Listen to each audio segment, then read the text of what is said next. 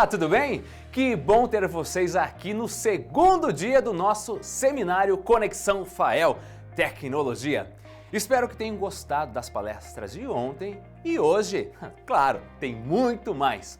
Confira o conteúdo preparado por Hélio Cifone sobre as profissões do futuro e tudo o que você precisa saber sobre LinkedIn com Walter Dias.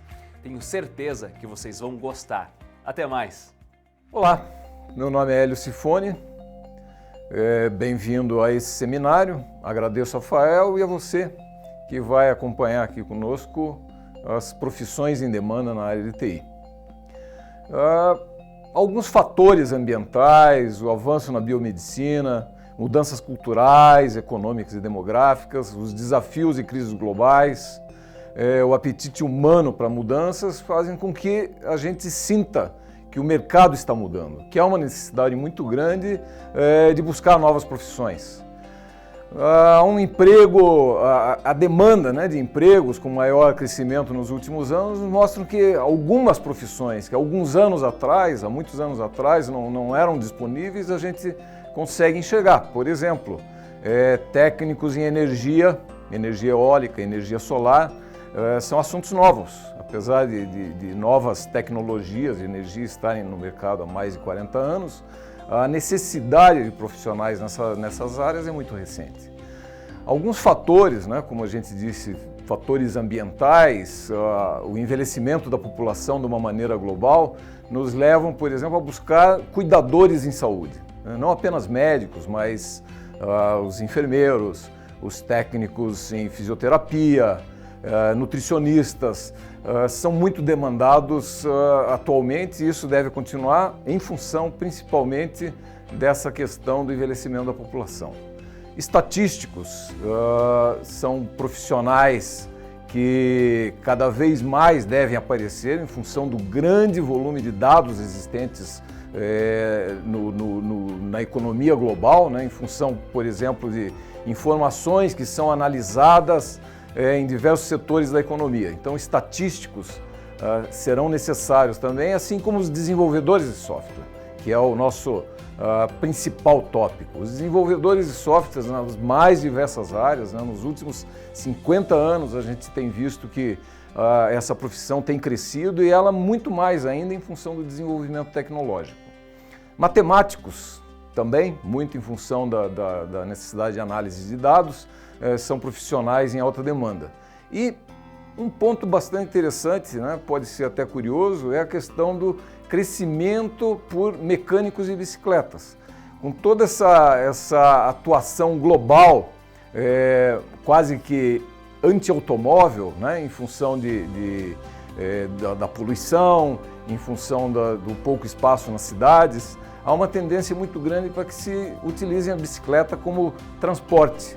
Ir de casa para a escola, para o trabalho, não apenas no lazer. Então, mecânicos de bicicletas também são alguns dos profissionais em grande demanda na atualidade. Um outro ponto interessante na área de biologia e genética são os consultores genéticos. Há um cuidado muito grande até com o surgimento de doenças, de controles em relação à saúde, para se buscar consultores genéticos e analisar, por exemplo, como as famílias podem se preparar para o seu crescimento. Terapeuta ocupacional, a gente sabe que muitos dos problemas hoje da humanidade são de relacionamento, de profissão. Então, terapeuta ocupacional também para atender não só essas questões, mas situações de trabalho mecanizado, situações, por exemplo, em que existem problemas com movimentação das mãos, enfim, terapeutas ocupacionais são bastante procurados.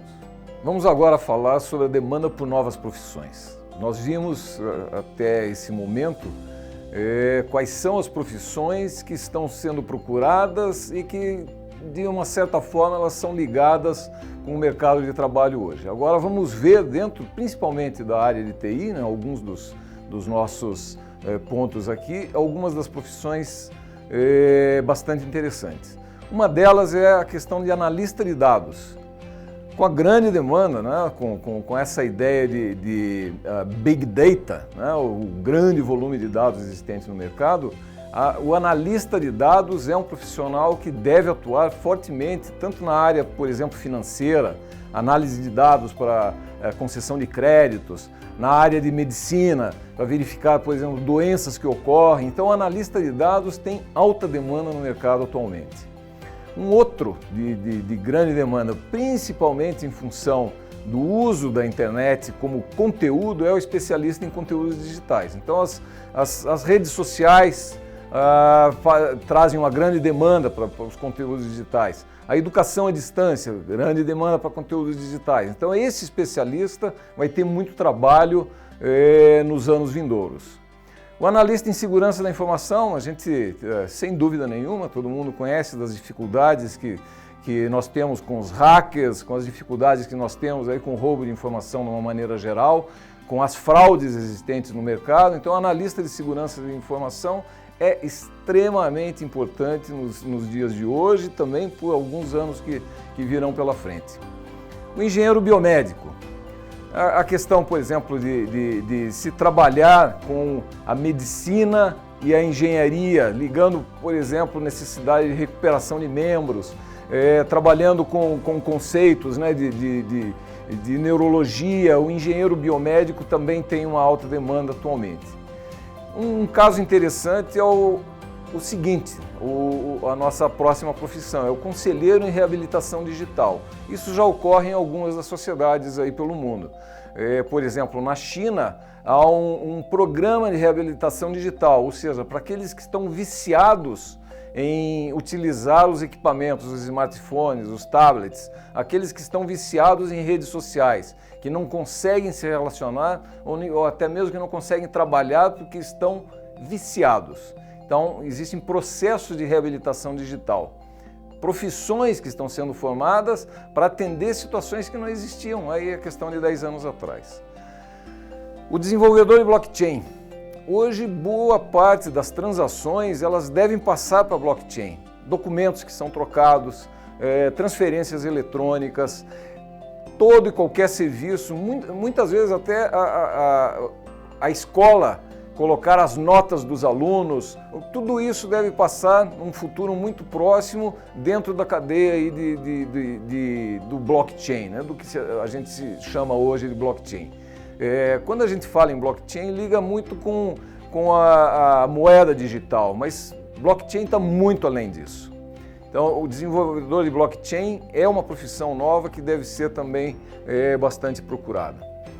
A outra, piloto de drone. Se a gente falar piloto de drone, pode parecer que estamos falando em alguém que vai lá andar dentro do drone. Não, piloto de drone, tanto o piloto comercial de drone, como o piloto privado de drone e até o piloto militar de drone, são profissões que devem ter grande demanda em função dessa situação que nós temos hoje em todas as áreas de negócios nós temos a utilização de drone. Por exemplo, fazer o controle de uma plantação, então piloto de drone na agricultura. Fazer o controle de segurança, por exemplo, as pessoas vão à praia e um drone está passando para ver se alguém está se afogando, para ver se existem situações de crime. Então, piloto de drone é uma formação interessante, a gente não sabe exatamente como isso deve acontecer profissionalmente, mas que tem grande necessidade de formação de pessoal. O técnico em realidade virtual. Isso é algo mais comum até hoje, né? Muita gente já está se preparando para ser um técnico em realidade virtual, porque a demanda, né, na arquitetura, dentro da engenharia, dentro da indústria, enfim, nas universidades, de se preparar para a realidade virtual. Nós precisamos de pessoas capacitadas a operar, criar, desenvolver serviços dentro de realidade virtual. Vamos ver agora as profissões que podem surgir. Tem muita coisa aí interessante. Vamos começar com um especialista em transferência de mente e memória. Ou seja, eu quero pegar a mente humana, a memória de uma pessoa e transferir isso para a máquina. Isso pode parecer um absurdo, mas é algo que está em desenvolvimento e que fatalmente a gente vai ter necessidade em algum momento. Imagine que beleza você não ter que escrever tudo aquilo que você pensa, você não ter que falar tudo aquilo para gravar o que você tem dentro da sua memória, mas simplesmente, não sei com que meios, alguém vai pegar a sua memória e transferir. Claro, isso é uma profissão que pode trabalhar para o bem ou para o mal, mas é uma profissão que a gente sabe que deve vir por aí, o especialista em transferência de mente e memória. Uma outra coisa interessante é o conselheiro de relacionamento com androides. À medida que a gente tenha robôs, que a gente tenha os ciborgues colocados à disposição, nós precisamos ver como é que isso vai se dar, por exemplo, num ambiente de trabalho. Então você tem alguém quase humano ao seu lado trabalhando. Não estamos falando da máquina simplesmente, mas da máquina com tanto de inteligência artificial, da máquina com tanto, por exemplo, de questões humanas. Alguns robôs já são criados que simulam tristeza, simulam o choro, a alegria, e nós precisamos então criar relacionamento com androides. Em algumas sociedades a gente nota que muitos humanos já se relacionam melhor com a máquina do que com outros humanos. Então, o conselheiro de relacionamento com androides provavelmente vai trabalhar também nessa relação dos problemas dos humanos que só conseguem se relacionar com a máquina. Outro ponto, em função das viagens espaciais, do que se prevê aí com o futuro do espaço, são os enfermeiros espaciais, né? Hoje a gente sabe que alguns astronautas ficam nas estações espaciais por longo tempo. Quem é que vai cuidar deles se eles tiverem alguma dificuldade? Quem é que vai ajudá-los a fazer fisioterapia? Quando começarem as viagens espaciais, colônias espaciais que se imagina e que muito em breve a gente pode ter, nós precisaremos então também dos enfermeiros espaciais. Assim como a outra profissão que a gente vai citar aqui, que é o guia de turismo espacial. O que faz o guia de turismo espacial? É assim como a gente conhece um guia de turismo hoje, que vai nos levar a pontos turísticos, que vai entrar dentro de um ônibus e falar toda a paisagem, o ambiente, a história, vai nos levar a um museu, e vai fazer isso com o turismo espacial. Dentro da nossa área de TI, uma outra área que está surgindo, que pode surgir, né, na verdade, é o design de avatar holográfico. Então hoje nós temos pessoas criando os avatares nas mais diversas redes sociais ou dentro de sistemas apropriados, mas que a gente deve ter no futuro próximo o avatar holográfico, ou seja, um avanço muito maior do que nós temos hoje em relação ao design. Uma outra profissão é o engenheiro de transporte multi-inteligente. Com o formato que nós temos, né, vamos pegar os trens-balas, vamos pegar os drones, hoje a gente já consegue ver, por exemplo, drones carregando pessoas. Existem projetos e existem processos em execução dessa forma. Nós temos em vários países os carros autônomos, sem o motorista. Então nós precisamos de um engenheiro de transporte que trabalhe com esse transporte multi-inteligente, com vários formatos, né? Vários terrestre, aéreo e sem motorista, sem piloto, sem nenhum driver no sistema e que a gente vai precisar controlar de alguma forma nessa rede multi-inteligente. O coordenador de segurança urbana inteligente e robotizada, né? Nós temos hoje o controle de segurança urbana com câmeras, com centrais de atendimento, mas num futuro muito próximo nós vamos ter robôs, androides. Não estamos necessariamente falando do Robocop, mas estamos falando, por exemplo, de instrumentos, dispositivos que estarão distribuídos e que alguém estará coordenando, por exemplo, o controle desses dispositivos para manter a segurança urbana. Uma outra área bastante interessante, que isso a gente volta até alguma coisa de séculos passados, que é o coordenador pessoal de educação. Lá no tempo dos nobres, havia um tutor por exemplo, para o príncipe. Então se estudava junto e trabalhava junto, e depois nós tivemos as escolas e as pessoas foram para a escola, e a gente deve voltar a um outro processo, que é o coordenador pessoal, que não é para as pessoas ricas, mas para as necessidades de cada um dos indivíduos. Quer dizer, hoje, trabalhando, por exemplo, com a inteligência artificial, nós podemos ter coordenadores pessoais que vão ajudar esses processos, esses sistemas de inteligência artificial, por exemplo, a tratar caso a caso cada uma das pessoas. Então, a educação personalizada, ela é algo que vai entrar. Quando a gente fala, por exemplo, em personal trainer, para uma série de atividades que nós temos hoje, a gente vai ver que no futuro muito próximo a gente vai ter que trabalhar pessoa a pessoa com um coordenador pessoal de educação. Vamos agora analisar algumas questões interessantes sobre a falta de mão de obra de uma maneira geral. Ou seja, onde é que nós entraremos com a questão de TI? De uma forma geral, o mundo tem uma falta de mão de obra especializada.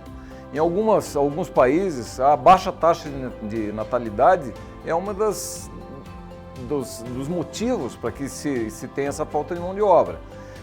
Em alguns países na Europa e na Ásia, não estão nascendo tantas pessoas como se necessitaria para atender a necessidade de mercado. Uma outra questão é o contrato de trabalho flexível. Se mudou a forma de trabalhar. Isso é bom, isso é ruim. Isso é muito melhor do que a parte negativa. No contrato de trabalho flexível, você pode trabalhar de uma maneira bastante livre. Você pode trabalhar num país atendendo o outro. Você pode trabalhar numa empresa a partir da sua casa. Então, essas mudanças todas nos levam a alguma análise de como vai ficar o mercado de trabalho e das necessidades que teremos. Algumas alterações no estilo de vida. Tem gente que não quer mais trabalhar de manhã, tem gente que não quer trabalhar o dia inteiro, tem gente que prefere trabalhar de madrugada. Então isso vai fazer com que a gente consiga resolver alguns desses principais problemas que o mundo sofre hoje, principalmente na nossa área de tecnologia da informação. Há uma mudança nessa busca e contratação de mão de obra especializada. A forma como se fazia anteriormente, colocar um anúncio no jornal, buscando desenvolvedor de software, programador Java e coisas do tipo, hoje não se pode mais trabalhar dessa maneira, porque as próprias carreiras dentro de TI elas são muito mais amplas. Não há tão específico em que você tenha alguém que sabe programar alguma coisa e não possa mudar para outra. Então essa busca da mão de obra ela tem sofrido alterações nos anos recentes, e isso deve muito mais em função da necessidade, da falta de mão de obra que a gente vê no mercado. Há também a necessidade da entrada de mulheres jovens no mercado de trabalho. Não se pode mais esperar que o programador, por exemplo, tenha muita experiência para entrar no mercado. É muito comum hoje, não só aqui no Brasil, mas nos principais mercados no mundo, que o estudante, a partir do momento em que ele entra na faculdade de tecnologia da informação, ele já começa a ganhar certo conhecimento que pode executar determinadas tarefas. Então hoje é muito mais fácil você conseguir um bom estágio. Hoje é muito mais fácil você desenvolver o seu próprio projeto, porque a tecnologia da informação nos permite isso. Já não há uma necessidade tão grande de esperar um momento certo. Uma outra questão é a entrada das mulheres no mercado de trabalho. Então, se a gente for ver também no passado, havia uma dificuldade muito grande em boa parte dos países, e hoje a gente consegue suprir porque não há mais diferença de se é homem ou mulher em relação à necessidade de conhecimento, de se colocar no mercado de trabalho. E a busca de mão de obra estrangeira. Hoje qualquer país do mundo está buscando mão de obra estrangeira. Então, por exemplo, o Japão tem uma falta de mão de obra muito grande. A Europa tem uma falta de mão de obra em TI muito grande, da mesma forma nos Estados Unidos. Hoje o mercado brasileiro, por exemplo, é um grande provedor de mão de obra de TI, no mundo todo. Mesmo empresas que estão colocadas aqui atendendo o mercado americano, atendendo o mercado europeu, atendendo o mercado asiático, como o outro lado, profissionais que vão até esses mercados e passam a desenvolver o seu trabalho lá. Se nós pegarmos, por exemplo, o caso específico do Japão, que é o país onde eu moro e onde a gente tem desenvolvido o trabalho na área de tecnologia da informação nos últimos 20 anos, né? A nossa empresa não está só no Japão, mas temos escritórios em Singapura, na Malásia e na Indonésia, ou seja, a gente sente toda essa necessidade de mão de obra. E a gente tem trabalhado muito com empresas brasileiras, porque não se consegue tirar dessa necessidade com desenvolvedores locais. A mão de obra no Japão, no caso específico, vai chegar a ter uma necessidade de 600 mil novos desenvolvedores de TI no ano de 2030. Como é que a gente vai trabalhar com isso? A gente já disse que no Japão a taxa de natalidade é muito baixa. Sabe-se que o envelhecimento da população é algo que acontece. No ano, por exemplo, de 2020, nós teremos um número muito grande de pessoas com mais de 65 anos de idade. Então, nessa situação, nós não temos taxa de natalidade baixa, não temos pessoas nascendo para entrar no mercado de trabalho e temos pessoas saindo do mercado de trabalho. Onde é que se vai buscar a mão de obra, por exemplo, no mercado japonês, no exterior? Portanto, a formação profissional em tecnologia da informação não é algo mais local. Você não está estudando para atender alguma coisa na sua própria cidade, mas você está estudando para atender o mundo todo. E quem sabe, né, a gente já viu nas profissões anteriores, quem sabe alguma coisa lá no espaço. É isso. Muito obrigado. Olá, meu nome é Walter Dias e eu trabalho no LinkedIn lá no Vale do Silício, na Califórnia, e estou aqui hoje para falar com você sobre LinkedIn. Na verdade, a FAEL me convidou para estar aqui discutindo por que é importante ter um perfil no LinkedIn. O que o profissional, o estudante ganha, qual é a vantagem de ter esse perfil. O LinkedIn se destaca muito hoje das outras redes sociais, primeiro porque tem muita gente, como as outras, mais de 500 mil de pessoas hoje já dentro do LinkedIn, 30 milhões ou mais só no Brasil. O Brasil adora a rede social. E a FAEL, por conta dessa importância do LinkedIn hoje, especialmente para quem está atrás de uma oportunidade melhor de carreira, me convidou para essa discussão, para a gente falar um pouquinho sobre o LinkedIn, sobre essa questão de ter um perfil bem montado.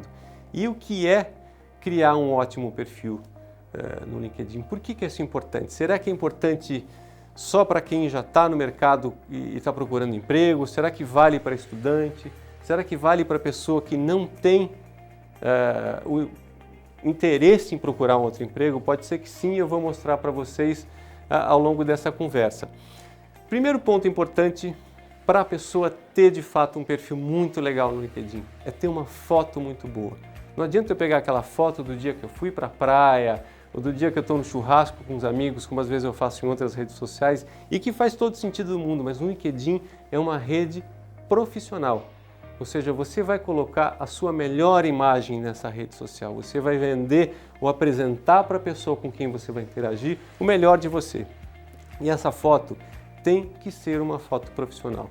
Não quer dizer que tem que ser com gravata, aquela coisa formal, mas uma foto que apresente você da melhor maneira possível. Dá uma olhada nessa imagem. Aqui existem as mesmas pessoas em situações diferentes. Que fotos vocês acham que vão funcionar melhor ou que vão estar melhor para o perfil? De fato, a foto de cima é uma foto que serve, mas serve talvez para outras redes sociais. A foto de baixo já é uma foto profissional, é aquela foto que vai mostrar para você ou mostrar você para quem você quer interagir de um jeito mais interessante, mais profissional de fato, como é a própria rede do LinkedIn, né? Cuidado com isso, essa questão da foto é importante, até porque quando alguém visita o seu perfil dentro do LinkedIn, olha só, a primeira coisa que se vê está aqui nesse mapa de calor. No mapa de calor fica claro aonde a pessoa coloca a vista dela, o olhar dela assim que ela chega no seu perfil. Então é muito importante a foto estar destacada, ter uma foto de qualidade, porque essa é a primeira impressão que vai passar. Então, presta atenção, não precisa ser uma foto que você tira no estúdio, uma foto às vezes com um celular, mas com um fundo interessante, sem muita coisa atrás, já resolve. Outra coisa muito importante é um título. Na verdade, dentro do LinkedIn, dentro do perfil, existe uma área que é o título, é onde você apresenta. Não é dizer o que você faz, eu sou um programador. Não, é dizer um pouquinho mais, é contar dentro dessa área que você é um programador, que já tem uma experiência, que já trabalha com as linguagens XYZ, ou que eu sou um arquiteto e tenho experiência com maquetes, enfim. A parte do título vai dar a primeira chegada de você como um profissional. Então, quem vê o seu perfil de cara vai ver o título junto com a foto e fala, opa, já faz basicamente de cara uma associação. Então, o título é a primeira mensagem escrita, que vem depois da foto, que vocês precisam levar para quem visita o seu perfil. Na sequência deste título, vocês vão ver o resumo. Na verdade, o resumo não entra ainda necessariamente uma experiência profissional. Na parte do resumo, o que vocês vão dizer é o básico do que já aconteceu na vida de vocês. Puxa, Walter, mas eu sou estudante, não importa. Na carreira de vocês ou na vida de estudante de vocês já estão fazendo muita coisa. Às vezes tem um estágio, às vezes é um trabalho voluntário, alguma coisa que agrega valor já para a sua carreira e para a sua apresentação como profissional.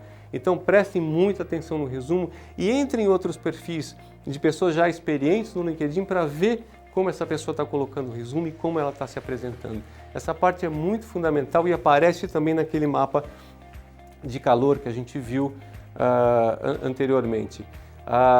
Vale lembrar que dentro do LinkedIn não importa se eu estou procurando um novo emprego ou se eu não estou procurando emprego, vale ter um perfil em qualquer situação da carreira de vocês.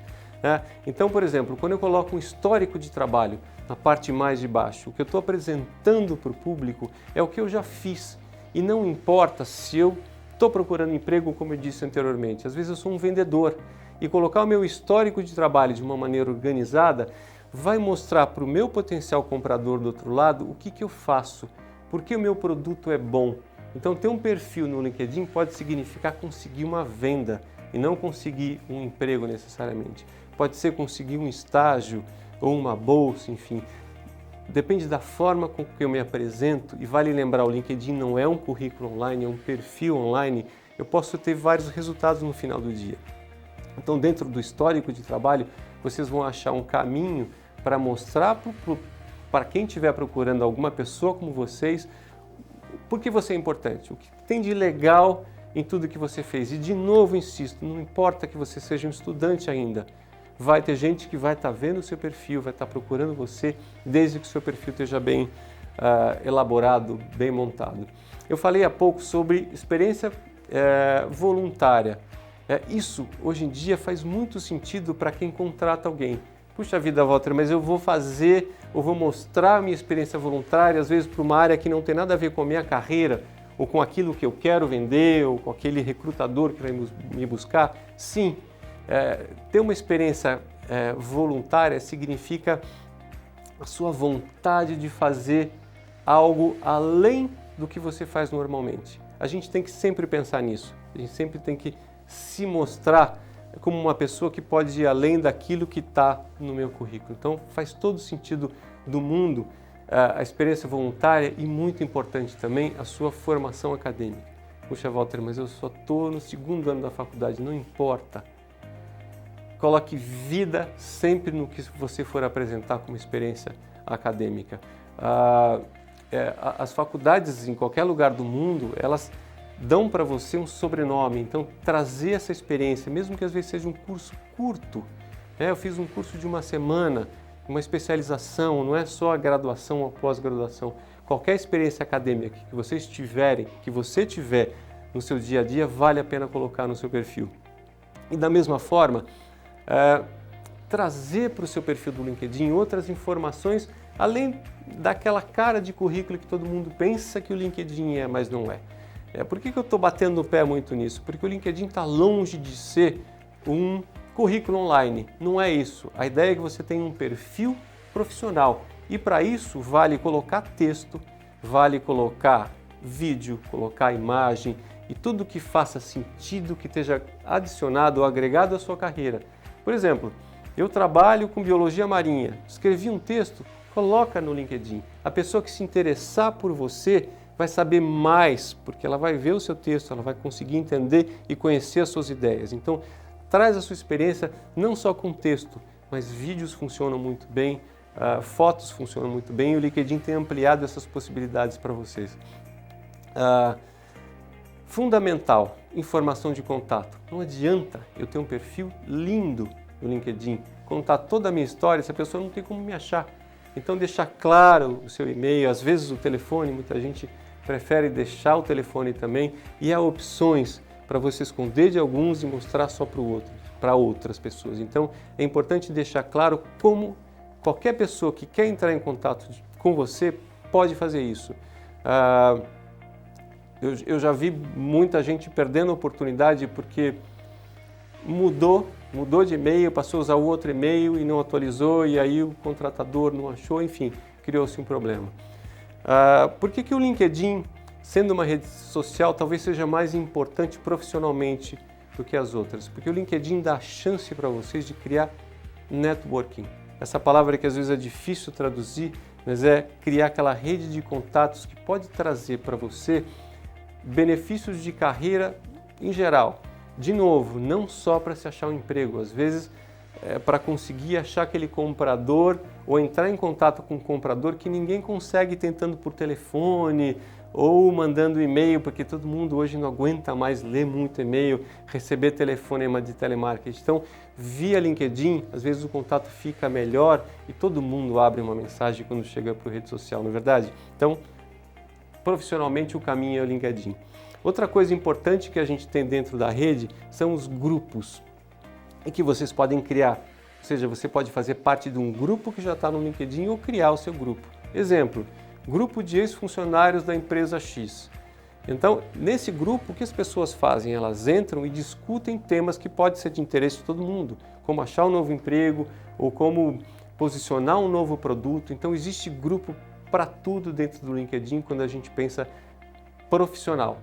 Então, o grupo é interessante porque às vezes você passa a conhecer uma pessoa ou se apresentar para alguém que você não sabe que existe, mas ela vê um interesse comum e se aproxima de você por conta desse interesse comum. Então, participe dos grupos e às vezes, se não achar um grupo que já esteja relacionado com aquilo que você tem interesse, crie o seu próprio grupo diretamente. Eu já fiz muita coisa interessante antes mesmo de trabalhar no LinkedIn, conhecendo gente via grupo do LinkedIn.